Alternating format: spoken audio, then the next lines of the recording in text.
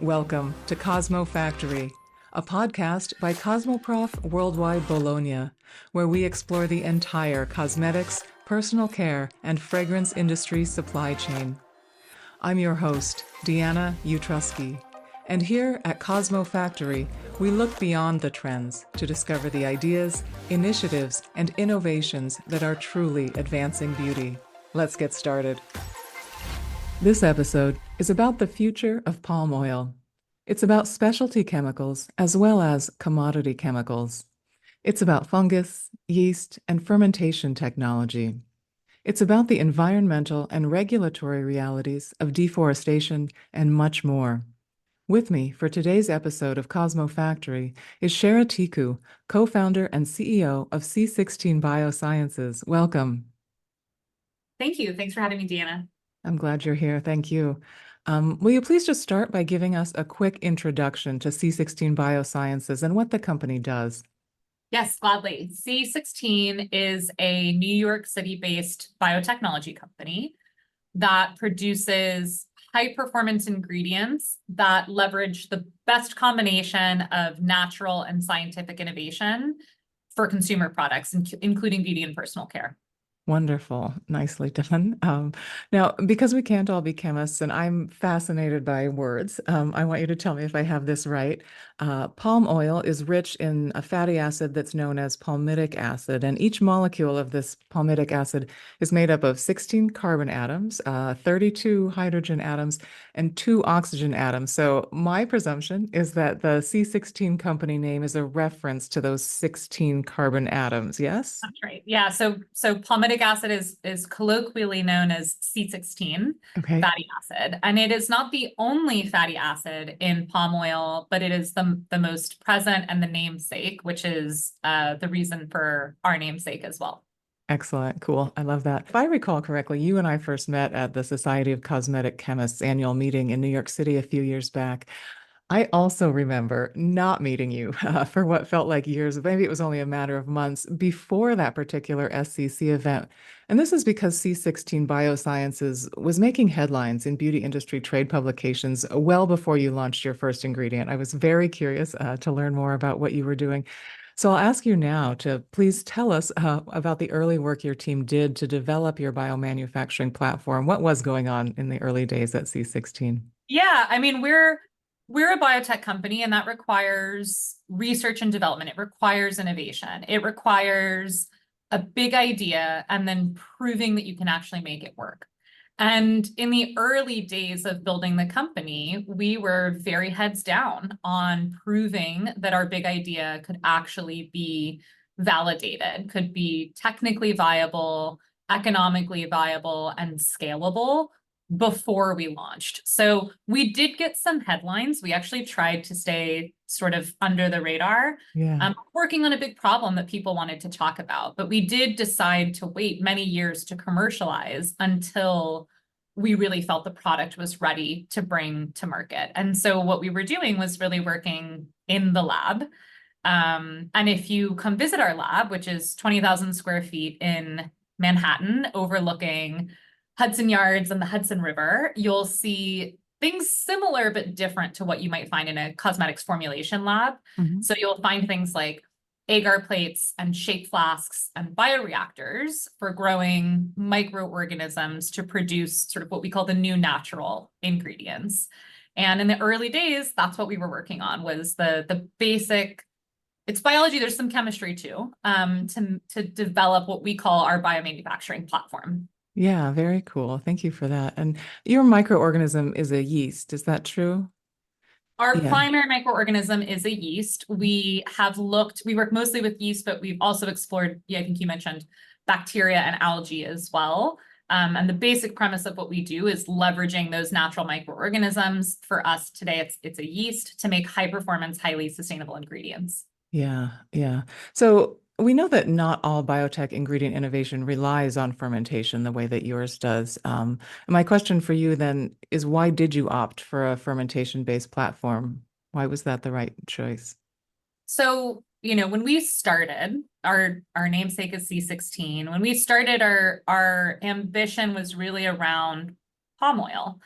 and looking at palm oil as a highly ubiquitous ingredient. It's found in about 50% of products on supermarket shelves.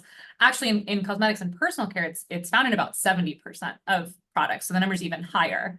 And as we looked at that ingredient, we realized it was a really valuable player, right? Like it was doing a job that was unique, hard to replace with other ingredients, workhorse, super important for functionality across multiple products.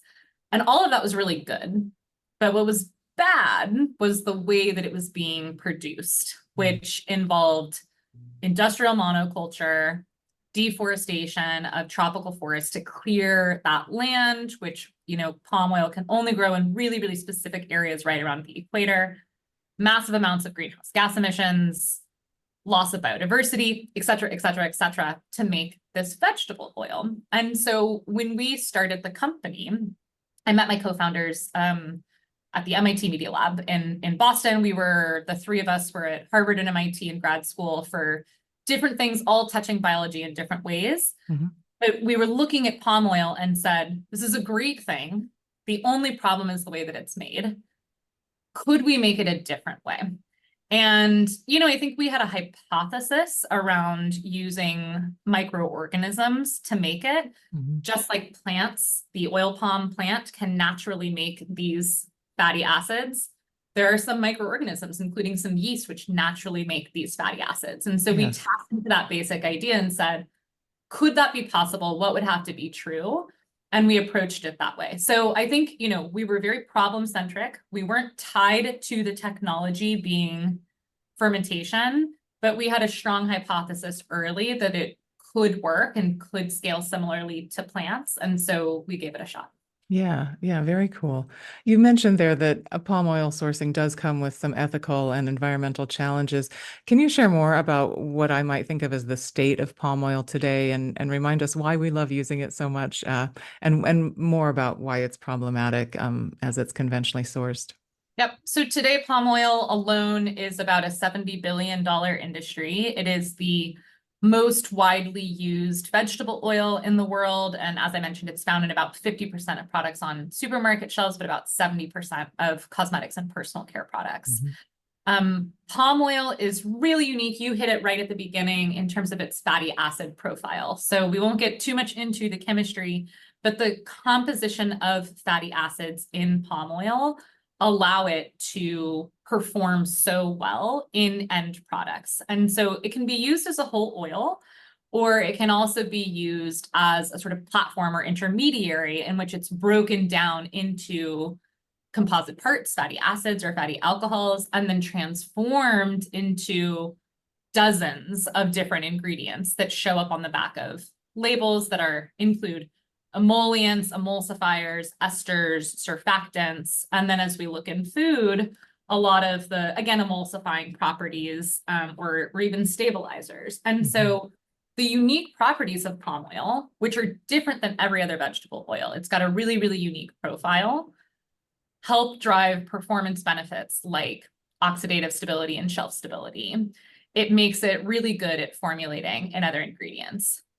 You can take the C-16 and C-18 or even the C-12 and C-14 and turn those into surfactants, which are required for anything in body care or laundry care. And you really can't get those molecules elsewhere. So palm oil is really critical. Everybody likes the performance of it, but like I alluded to earlier, the problem is really just the way that it's made, which requires land right around the equator. That land is primarily home to tropical rainforest. And historically, growers have been slashing and burning that land, clearing it to convert it to oil palm. Pretty much everybody in the industry knows about this problem, has named the problem, has frankly tried to commit to sustainable sourcing of palm oil. So sourcing palm oil and its derivatives that don't engage in deforestation of high carbon stock land. It's just been really hard to do that. The supply chain is really opaque. It's nearly impossible to know if, the emollient in my lip balm came from a plot of land that did or didn't engage in deforestation. Supply chains are way too complex and opaque. And even though we've had efforts at certifying sustainably sourced palm oil, that's really capped out at less than 20%. And so that is not a global solution to this problem. It can help one player solve the problem, but it's not a global solution. And it's been a big push from consumer groups. There's been a big push from NGOs like Greenpeace to force corporate change. And many of the consumer goods manufacturers themselves have made the push, but we haven't really seen solutions. And, I think that's part of why we're here today.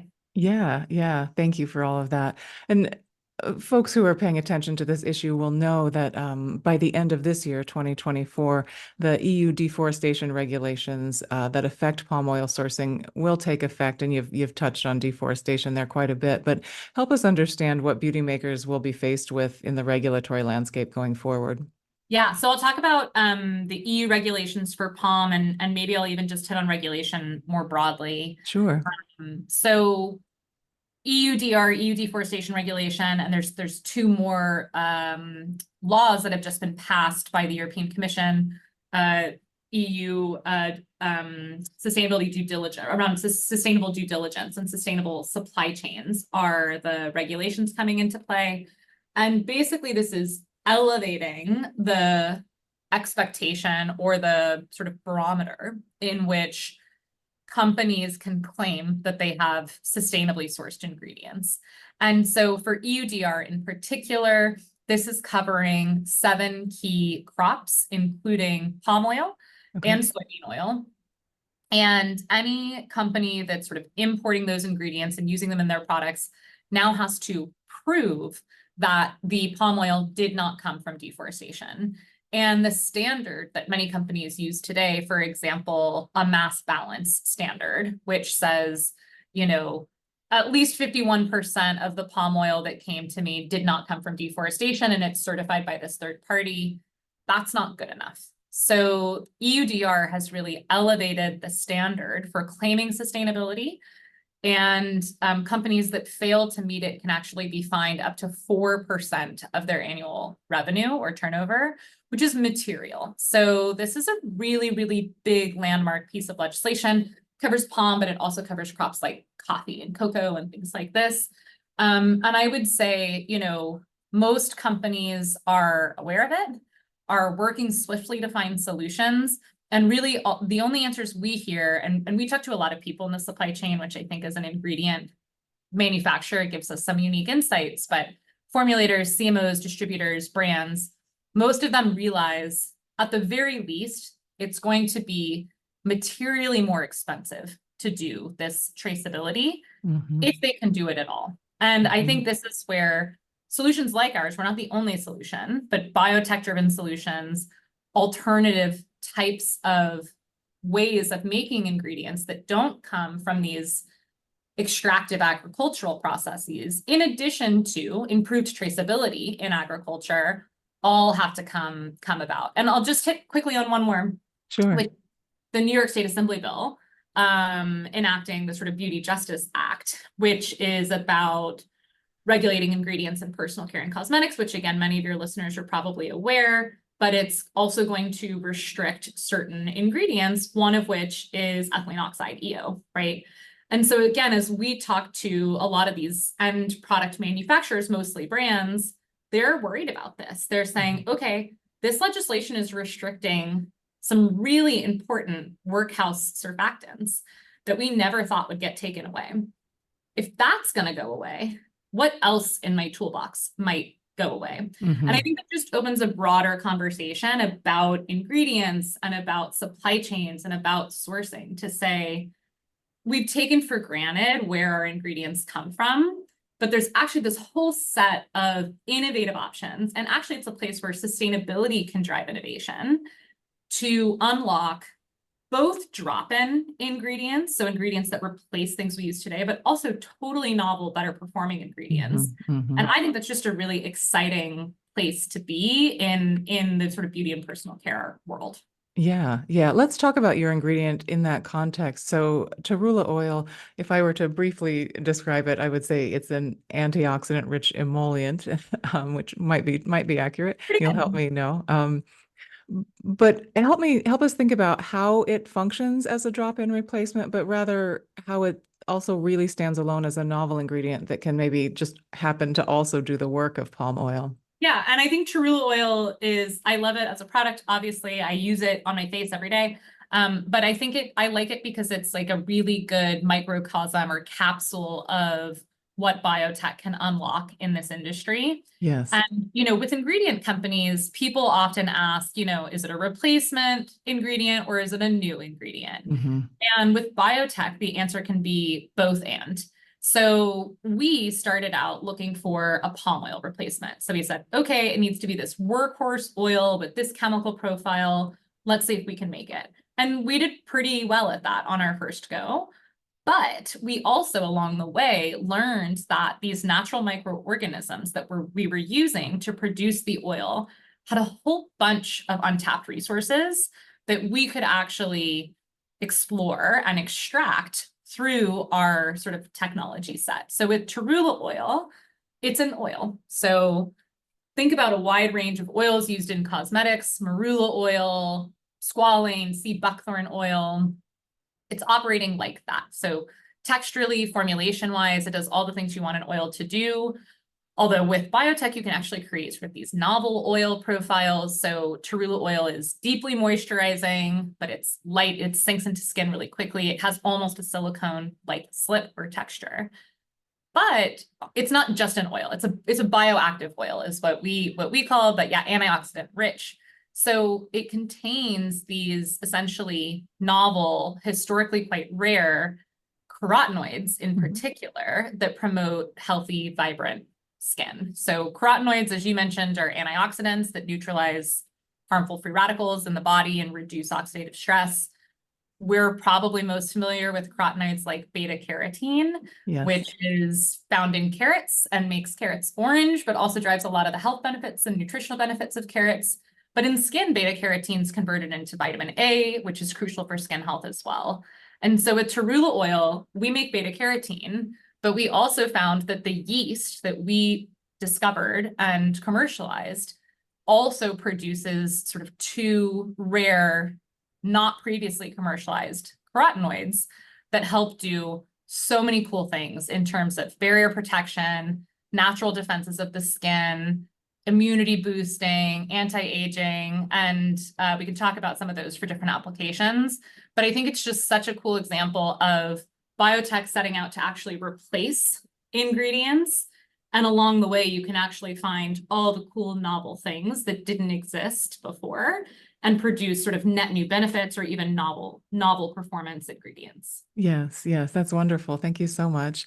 And I believe your Torula oil is essentially on the shelf in some consumer products now. Always very exciting for new ingredient makers. Congratulations on that.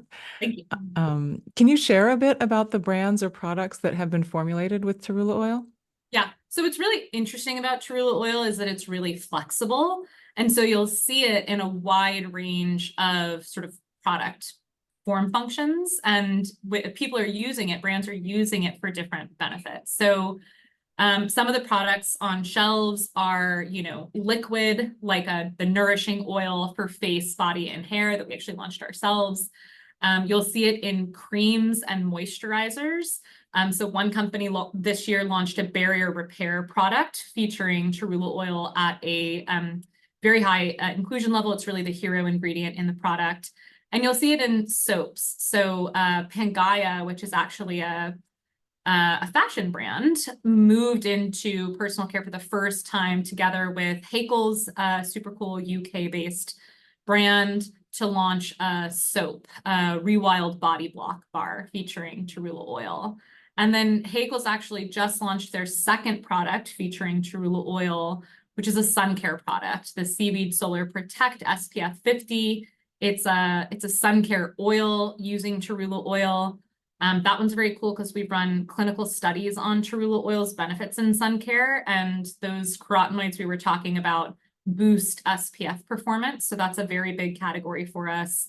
Yeah. And then the last one that's coming soon is an oil cleanser product. So we're working with, I would say, some of the most innovative brands in this space. I have loved getting to work with many of these founders who are really pushing the envelope in terms of sustainability as a driver of innovation, really questioning the ingredients and the packaging choices that they're making for sustainability.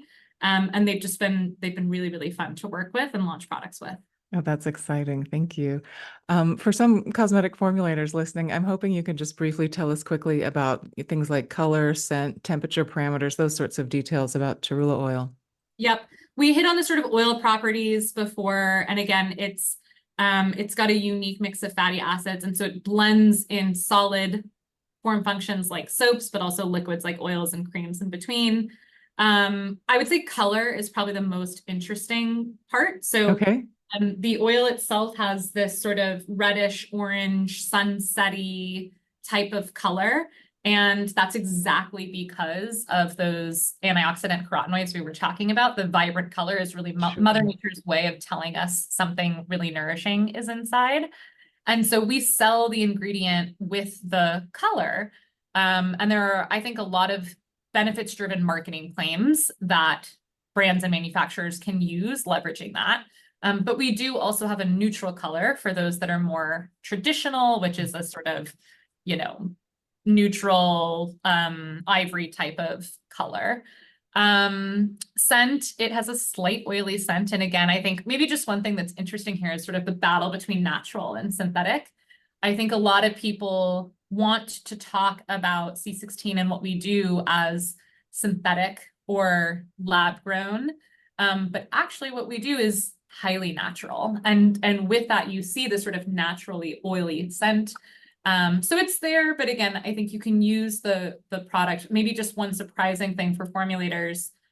It's a bioactive oil. It contains active ingredients. We expected people to be using it at pretty low inclusion levels, but we've seen people using the product up to 40% inclusion. So, I think all of these things, color, scent, and performance can be modulated up or down.